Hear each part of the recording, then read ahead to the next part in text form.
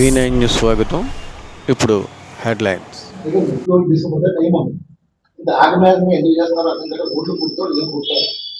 Visakhapatnam airport ఏమో మూసేస్తాను నాపట్నం జరిగించాం sir. అప్పుడు శాసనం ముందు రోడ్లు డైరెక్ట్ అయిన తర్వాత వెంటనే అరగంట వెళ్ళేలా రోడ్లు అంటే పర్వాలేదు.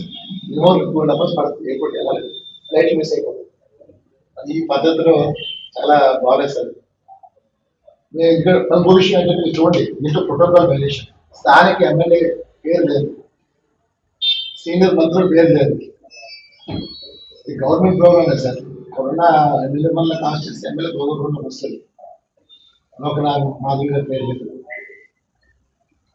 సీనియర్ మంత్రులు మళ్ళీ ఇన్ఛార్జ్ మినిస్టర్ అంతగా వస్తారు, ఆమె పేరు లేదు. అసలు వైలేషన్ ఆఫ్ ప్రోటోకాల్స్ ఏదో సపోజిషన్ లేదు. అచ్చెన్న గారి పేరు లేదు. ఉత్తరాలుగా బీజేపీ ఫ్లోర్ లేదు, కృష్ణకుమార్ గారి పేరు లేదు.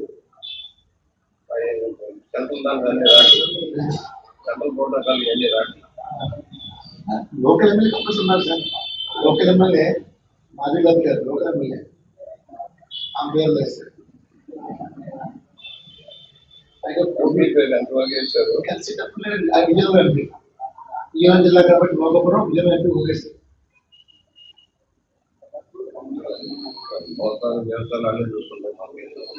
సార్ మన హిందూ సాంప్రదాయం మోడీ గారికి మరి ఆల్రెడీ జులై పెట్టారు. అది వేరే లెక్క వాయిదా మళ్ళీ రామముహూర్తంలో పెడితే ఎలా సార్? పార్లమెంట్ అలా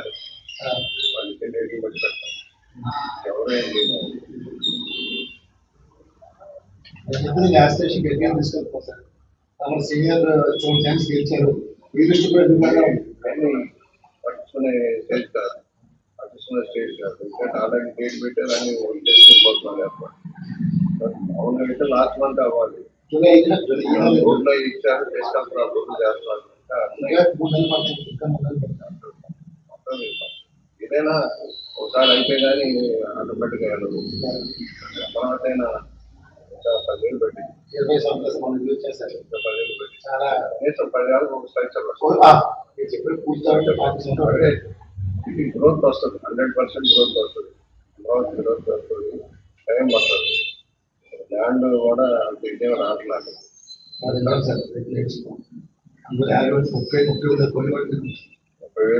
అంటే కొనేవాళ్ళు లేదు. ఏదైనా ఒక 50,000 వస్తే వాళ్ళకి లైఫ్ బెనిఫిట్ అవుతుంది. కానీ వస్తుంది, టైం పడుతుంది. Definite one of the best city అవుతుంది. అది మొత్తం కేబుల్ సిస్టమ్ అన్నీ వచ్చేది బెస్ట్ అవుతుంది.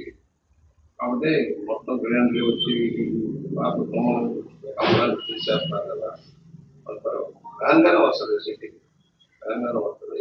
ఇచ్చిన భూములన్నీ మొదలెడుతున్నారు, సంస్థలన్నీ మొదలవుతుంది. గవర్నమెంట్ సైడ్ ఒకేసి ప్రైవేట్ ప్రైవేట్ రంగంలో రావాలి. గమనించేసారా భూములన్నీ ప్రభుత్వం ల్యాండ్ చేసినప్పుడు పెద్ద స్కోప్ లేదు సార్. సైబర్ జరిగిందంటే ప్రైవేట్ ల్యాండ్స్ ఉన్నాయి కూడా జరిగింది. మొత్తం ల్యాండ్ అంటే గవర్నమెంట్ అది గవర్నమెంట్ ల్యాండ్, హైదరాబాద్ లో గవర్నమెంట్ ల్యాండ్. ఇది ఏమో మన దగ్గర ఎవరు భూమి. ఆంధ్రప్రదేశ్ ప్రభుత్వం రేపు ఏదైతే 1వ తారీఖుని విశాఖపట్నం భోగాపురం ఎయిర్పోర్ట్ ఇనాగ్రేషన్ చేస్తున్నారో తెలుగు శక్తి పూర్తిగా వ్యతిరేకిస్తుంది. ఇప్పటికే దీనిపైన నరేంద్ర మోడీ గారికి, రాష్ట్రపతి గారికి ఒక నివేదిక సమర్పించాం. ఎందుకంటే ఇది హిందూ సమాజం ప్రకారం ఆషాఢ మాసంలో ఎవరూ కూడా ఇటువంటి కార్యక్రమాలు ప్రారంభోత్సవాలు కానీ ఇటువంటి కార్యక్రమం చేయరు. మరి ఈరోజు రాష్ట్ర ప్రభుత్వం ఆ ఆషాఢ మాసం చేయటం హిందూ మనోభావాలు దెబ్బతీసేలా ఉన్నాయి. దీనిపైన మేము పూర్తిగా వ్యతిరేకిస్తున్నాం.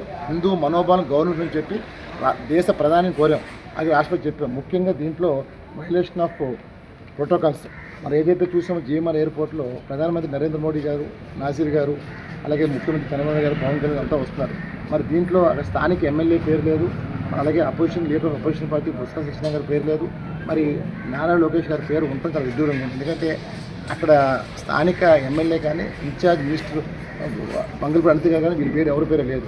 మరి ఇంత రకంగా ప్రోటోకాల్ ఉల్లంఘన జరిగితే మరి రాష్ట్ర ప్రభుత్వం ఇది తగ్గదని మనం చేస్తాం. అలాగే కోవిడ్ ఇప్పుడు రాష్ట్రంలో తీవ్రంగా విజృంభిస్తుంది.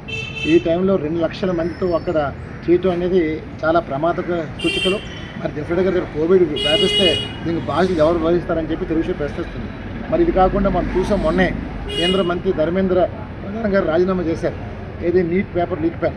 ఇప్పుడు రాష్ట్రం అంతా ఈ ఏదైతే జరిగిందో డిఎస్సి మెగా డిఎస్సి ఇది పెద్ద స్కామ్ అనేది ఇప్పటికే వైఎస్ఆర్ పార్టీ మిగతా పార్టీలు కమ్యూనిస్టులు అందరూ ఆరోపణలు చేస్తాం. ప్రజా సంఘాలు మేము ఒకటే కోరుతున్నాం లోకేష్ గారిని మీ అంతా మీరు ఎంక్వైరీ రాజీనామా చేసి ఎంక్వైరీ చేసుకొని మీరు నీతివంతంగా రావాలని కోరుకుంటున్నాం. ఆనిముత్యంగా వచ్చి ముఖ్యమంత్రికి వచ్చి ఎక్కమని చెప్పి మేము తెలుగు శక్తి మేము డిమాండ్ చేస్తున్నాం. ఎందుకంటే ఎవరైతే నెంబర్ 1 వచ్చి అవుట్ సోర్సింగ్ ఉద్యోగి మీరు అతను పక్కన పెట్టారు, అతను కోర్టుకి వెళ్ళి ఆల్రెడీ కోర్టులో వేళ అప్పీల్ చేసుకున్నాడు. మరి ఈ పరిస్థితిలో మీరు రాజీనామా చేసి మీరు ఆనిముత్యంగా రావాలని ప్రజలు కోరుకుంటున్నారు. మరి ఈరోజు ఈ రకమైన పరిస్థితిలో ఉందంటే నిజంగా ఇది ప్రతిపక్షం కాదు, ప్రజలందరూ కూడా క్వశ్చన్ చేస్తున్నారు.